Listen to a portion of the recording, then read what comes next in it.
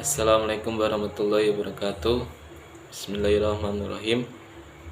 Di sini kami dari kelompok 9 akan mempresentasikan hasil dari diskusi kami. Di sini kami yang berjudul dengan mencermati pengembangan PAI di sekolah atau perguruan tinggi. Di sini kami dari kelompok 9 akan menjelaskannya. Saya dan teman saya yaitu Zahrul Ramadhani. Baik, langsung saja. Yang pertama di sini akan membahas tentang PAI dalam sorotan. Bangsa Indonesia saat ini sedang menghadapi krisis multidimensional, yaitu permasalahan di berbagai bidang seperti meningkatnya korupsi, anarkisme, penyalahgunaan narkoba, dan minuman keras yang sudah melanda di berbagai kalangan pelajar ataupun mahasiswa. Dari hasil kajian dan pendekatan, segala macam krisis ini berpangkal dari krisis akhlak atau moral. Dan krisis tersebut menurut sementara pihak katanya disebabkan oleh kegagalan pendidikan agama, termasuk di dalamnya pendidikan agama Islam. Bertolak dari hasil survei, menurut Azra berkesimpulan bahwa tinggi rendahnya tindak kriminal tidak hanya terkait dengan agama, tetapi justru lebih disebabkan karena berbagai hal. Di antaranya yaitu yang pertama, lemahnya penegakan hukum. Jadi tindakan kriminal seperti korupsi ini terjadi bukan hanya kurangnya moral atau akhlak, tetapi juga lemahnya penegakan hukum. Yang kedua yaitu mewabahnya gaya hidup hedonistik, yaitu pola hidup yang bermewah-mewahan. Yang ketiga yaitu kurangnya adanya keteladanan dari pejabat-pejabat publik untuk memberantas korupsi atau penyakit sosial lainnya. Jadi pejabat itu tidak memberikan teladan yang baik bagi rakyatnya. Oleh karena itu, timbulnya krisis akhlak atau moral ini tidak hanya disebabkan karena kegagalan pendidikan agama. Dan apabila ada beberapa peserta didik yang terlibat narkoba misalnya, maka hal itu bukan berarti merupakan kegagalan guru PAI saja, tetapi merupakan kegagalan dari guru lainnya, yaitu guru IPA, IPS, PKN. Dan kalau ada peserta didik yang hidup mewah, boros, merupakan kegagalan dari guru matematika atau ekonomi, misalnya seperti itu. Hal itu bukan berarti guru PAI menggelak dari tanggung jawabnya sebagai pembimbing dan pengarah ajaran moral ataupun agama, tetapi lebih merupakan upaya membangun kekompakan dan keharmonisan dalam proses pendidikan. Keteladanan akhlak bukan hanya ditunjukkan oleh guru agama, tetapi oleh para tenaga pendidikan lainnya. Jadi pengembangan pendidikan akhlak atau moral bukan hanya tugas dari guru PAI, tetapi semua guru harus mengembangkan pendidikan akhlak agar peserta didik dapat menirunya dengan baik. Jika krisis akhlak moral atau akhlak ini merupakan pangkal dari krisis multidimensional, sedangkan pendidikan agama Islam banyak menganggap masalah akhlak, maka perlu ditelaah kembali apa yang menjadi penyebab titik lemah pendidikan agama tersebut. Jadi jika apabila krisis akhlak moral tersebut dari pendidikan agama, maka harus dikaji terlebih dahulu dengan harapan para pelaksana agama ini, pendidikan agama Islam dapat mengambil kebijakan dan meneliti lebih lanjut upaya apa yang harus dilakukan. Yang berikutnya yaitu berbagai kritik terhadap PAI. Selama ini pelaksanaan pendidikan agama yang berlangsung di sekolahan masih banyak kelemahan atau kekurangan. Di sini saya akan menjelaskan beberapa kritik PAI dari beberapa tokoh. Yang pertama yaitu menurut Muchtar Bukhari yang menilai pendidikan agama masih gagal. Kegagalan ini disebabkan karena praktik pendidikannya hanya memperhatikan aspek kognitif semata dari pertumbuhan kesadaran nilai-nilai agama dan mengabaikan pembinaan kemauan dan tekad untuk mengamalkan nilai-nilai ajaran agama. Jadi di sini lebih menggunakan kognitif dari pengetahuan saja daripada pengamalan tentang nilai ajaran agama. Yang kedua menurut Amin Abdullah, pendidikan agama lebih banyak terkonsentrasi pada persoalan teoritis keagamaan yang bersifat kognitif dan kurang perhatian terhadap persoalan bagaimana mengubah pengetahuan agama yang kognitif menjadi makna dan nilai yang perlu diinternalisasikan dalam peserta didik lewat berbagai cara, media, fokus, dan forum. Jadi menurut Amin Abdullah ini kritiknya pendidikan agama lebih mengutamakan persoalan teoritis keagamaan yang bersifat kognitif atau pengetahuan saja dan kurang perhatian terhadap bagaimana pengetahuan itu dapat menjadi makna atau nilai yang dapat diimplementasikan oleh peserta didik. Yang berikutnya itu menurut Tawaf. Menurutnya mengamati adanya kelemahan pendidikan agama Islam di sekolahan, yaitu ada beberapa. Yang pertama yaitu pendekatan masih cenderung normatif dalam arti pendidikan yang menjadikan norma yang seringkali tanpa ilustrasi konteks sosial budaya, sehingga peserta didik kurang menghayati nilai-nilai agama sebagai nilai hidup dalam keseharian. Jadi pendidikan agama ini hanya sebagai ilustrasi konteks sosial budaya dan bukan merupakan nilai-nilai yang harus diamalkan dalam kehidupan sehari-hari. Yang berikutnya itu kurikulum pendidikan agama Islam yang dirancang di sekolah sebenarnya lebih menawarkan minimum kompensasi atau minimum yang informatif. Yang berikutnya yaitu para guru PAI kurang berupaya menggali metode yang mungkin bisa dipakai untuk pendidikan agama, sehingga pada saat pembelajaran PAI sering menonton dan bisa dikatakan membosankan. Jadi guru PAI kurang menggali metode yang cocok untuk penerapan pembelajaran PAI. Yang terakhir yaitu keterbatasan sarana prasarana.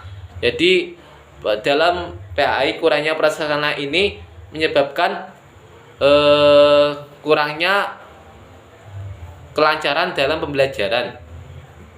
Yang terakhir yaitu menurut Burhan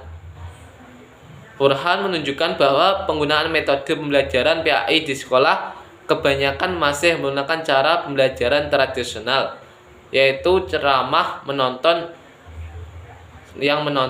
dan statis. Jadi dalam pemilihan metode lebih banyak menggunakan cara-cara pembelajaran tradisional yang lebih membosankan. Oke, untuk subbab yang ketiga adalah paradigma pengembangan PAI di sekolah atau di perguruan tinggi. Ada 3 paradigma pengembangan pendidikan agama Islam, yaitu yang pertama adalah paradigma dikotomis. Implikasi dari paradigma ini ya siswa diarahkan untuk menjadi pelaku dan loyal atau setia, memiliki sifat komitmen dan dedikasi yang tinggi terhadap agama yang ia pelajari.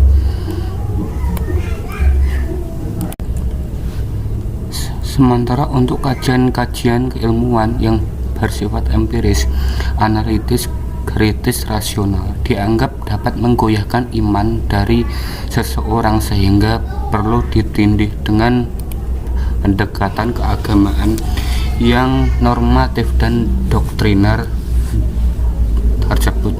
Yang kedua ialah paradigma mekanisme. Dalam HBBI hal kerja mesin, cara kerja dari suatu organisasi, atau hal yang saling bekerja sama yang masing-masing bergerak sesuai dengan fungsinya. Implikasi dari paradigma ini ialah para guru atau dosen agama harus menguasai ilmu agama dari bisa memahami substansi ilmu-ilmu umum yang berkembang sekarang. Sebaliknya, dosen atau guru umum dituntut untuk menguasai ilmu yang diampunya, dan ilmu agama guru dituntut untuk mampu menyusun buku teks keagamaan yang dapat menjelaskan hubungan atau keduanya. Yang ketiga ialah paradigma organisme. Dalam konteks pendidikan Islam, paradigma organisme bertolak dari pandangan bahwa aktivitas kependidikan merupakan suatu sistem yang terdiri atas komponen-komponen yang hidup bersama dan bekerja sama secara terpadu menuju tujuan tertentu, yaitu terwujudnya hidup yang religius atau dijiwai oleh ajaran dan nilai-nilai agama. Baik, selanjutnya saya akan menjelaskan model-model evaluasi pembelajaran PAI. Dalam hal ini saya menjelaskan model evaluasi PAI itu ada 3, yaitu penilaian acuan kelompok yang mengasumsikan mengakui perbedaan individual, normalitas distribusi populasi, dan adanya kesejajaran antara matematik dan alam semesta. Dan implikasinya yaitu tujuan pembelajaran, kemampuan berkembang peserta didik diutamakan daripada menguasai materi dan proses belajar mengajar. Dan kriterianya itu berkembang sesuai dengan kelompoknya.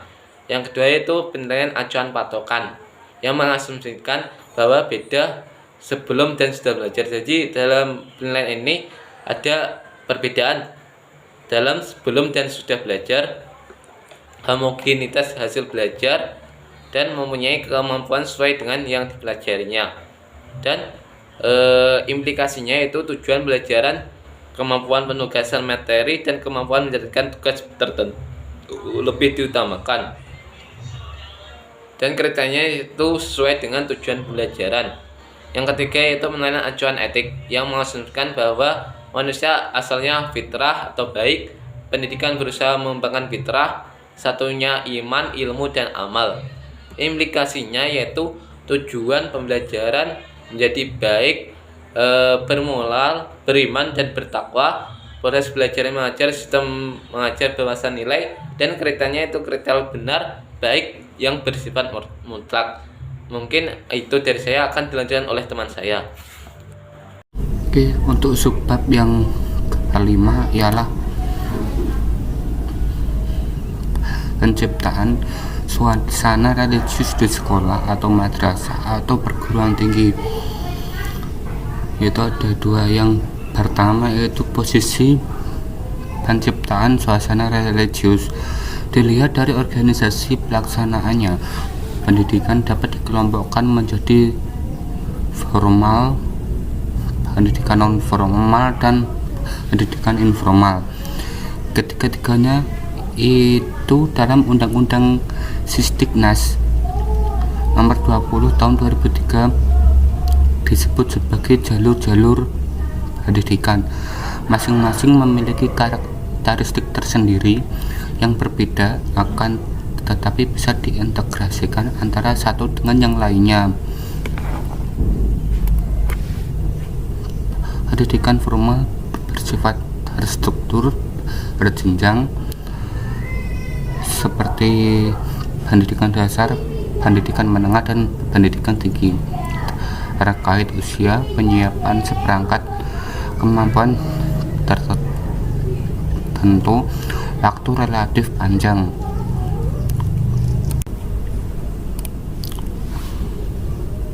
Sedangkan pendidikan non formal dapat bersifat terstruktur dan berjenjang. Programnya terkait dengan kebutuhan fragmentaris atau bagian-bagian tertentu. Sedangkan pendidikan informal bersifat keluarga dan lingkungan yang mempunyai program, tetapi yang diprogramkan bukan isi yang akan disampaikan kepada siswa, tetapi konteksnya. Untuk penciptaan suasana religius di sekolah, madrasah atau perguruan tinggi memiliki landasan yang kuat, setidaknya dapat dipahami dari landasan filosofis bangsa Indonesia, yaitu Pancasila. Pancasila bukan yang mengandung 5 ide dasar, melainkan 4, yaitu 1. Kemanusiaan yang berdasar keimanan kepada Tuhan Yang Maha Esa. Yang kedua, persatuan yang berdasarkan keimanan kepada Tuhan Yang Maha Esa. Yang ketiga, kerakyatan yang berdasarkan keimanan kepada Tuhan Yang Maha Esa. Yang keempat, keadilan yang berdasarkan keimanan kepada Tuhan Yang Maha Esa.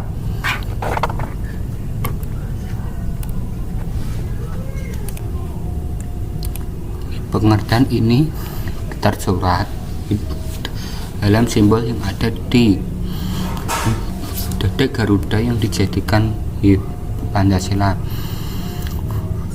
Di situ bintang atau simbol keimanan mengambil daerah 4 sila lainnya. Hal ini mengandung makna bahwa inti Pancasila keimanan kepada Tuhan Yang Maha Esa. Menurut tafsir tahun 2004, pada tatanan yang lebih operasional tersebut, ide-ide atau nilai itu mulai tidak jelas atau bahkan menghilang, terutama ketika turun ke peraturan yang menyangkut kurikulum sekolah atau perguruan tinggi, di mana keimanan kepada Tuhan Yang Maha Esa tidak menjadi inti kurikulum sekolah atau perguruan tinggi. Sedangkan dari dimensi konseptualnya, ide-ide atau nilai-nilai keimanan tersebut tertuang di dalam prinsip pengembangan kurikulum. Dalam pengembangan kurikulum berbasis kompetensi yang mulai diterapkan sejak tahun 2004 di sekolah-sekolah, masalah keimanan dijadikan salah satu prinsip yang utama dalam mengembangkan kurikulum. Dalam arti keimanan, budi pekerti luhur dan nilai-nilai budaya perlu digali, dipahami dan diamalkan oleh siswa. Dilihat dari prinsip pengembangan kurikulum di sekolah serta visi misi pendidikan agama Islam di PTU, maka secara konseptual masalah keimanan kepada Tuhan Yang Maha Esa seharusnya dijadikan sebagai sumber nilai dan pedoman bagi peserta didik untuk mencapai kebahagiaan hidup di dunia dan di akhirat, serta bagi penyelenggaraan program studi di PTU dan membantu peserta didik agar mampu mewujudkan nilai dasar agama dalam menerapkan ilmu pengetahuan, teknologi, dan seni. Namun demikian, realitasnya di lapangan menunjukkan bahwa pada umumnya masalah keimanan tersebut tidak menjadi inti dalam pengembangan kurikulum. Akibatnya sangat parah, bisa dibilang begitu. Antara lain yaitu lulusan sekolah atau perguruan tinggi kurang memiliki keimanan yang kuat, yang pada gilirannya dapat menimbulkan krisis multidimensional. Sebagaimana keadaan bangsa saat ini, yang inti masalahnya yaitu di krisis moral dan akhlak. Untuk mengimplementasikan prinsip keimanan tersebut, maka dalam pengembangan kurikulum tidak bisa meninggalkan pendidikan agama, karena keimanan kepada Tuhan Yang Maha Esa sebenarnya merupakan tujuan akhir dari pendidikan agama. Bahkan dalam pengembangan kurikulum madrasah ditegaskan bahwa pendidikan agama Islam dijadikan dasar pengembangan kurikulum madrasah untuk semua bahan kajian, mata pelajaran, dan ilmu. Yang kedua yaitu operasional di sekolah, madrasah, perguruan tinggi. Apa itu religi? Dalam Kamus Besar Bahasa Indonesia dinyatakan bahwa religius berarti bersifat religi atau keagamaan atau yang bersangkut paut dengan religi atau keagamaan. Penciptaan suasana religius berarti menciptakan suasana atau iklim kehidupan keagamaan dalam konteks pendidikan agama Islam di sekolah atau madrasah atau perguruan tinggi berarti penciptaan suasana atau iklim kehidupan keagamaan Islam yang dampaknya ialah berkembangnya suatu pandangan hidup yang bernapaskan atau dijiwai oleh ajaran Islam dan nilai-nilai agama Islam yang lainnya yang diwujudkan dalam sikap hidup serta keterampilan hidup oleh para warga sekolah madrasah atau sivitas akademik di perguruan tinggi. Apa saja religius itu? Dalam konteks pendidikan agama Islam ada yang bersifat vertikal dan horizontal. Yang vertikal berwujud hubungan manusia atau warga atau madrasah atau perguruan tinggi dengan Allah, hablum minallah, misalnya sholat, doa, puasa, khataman Al-Quran dan lain sebagainya.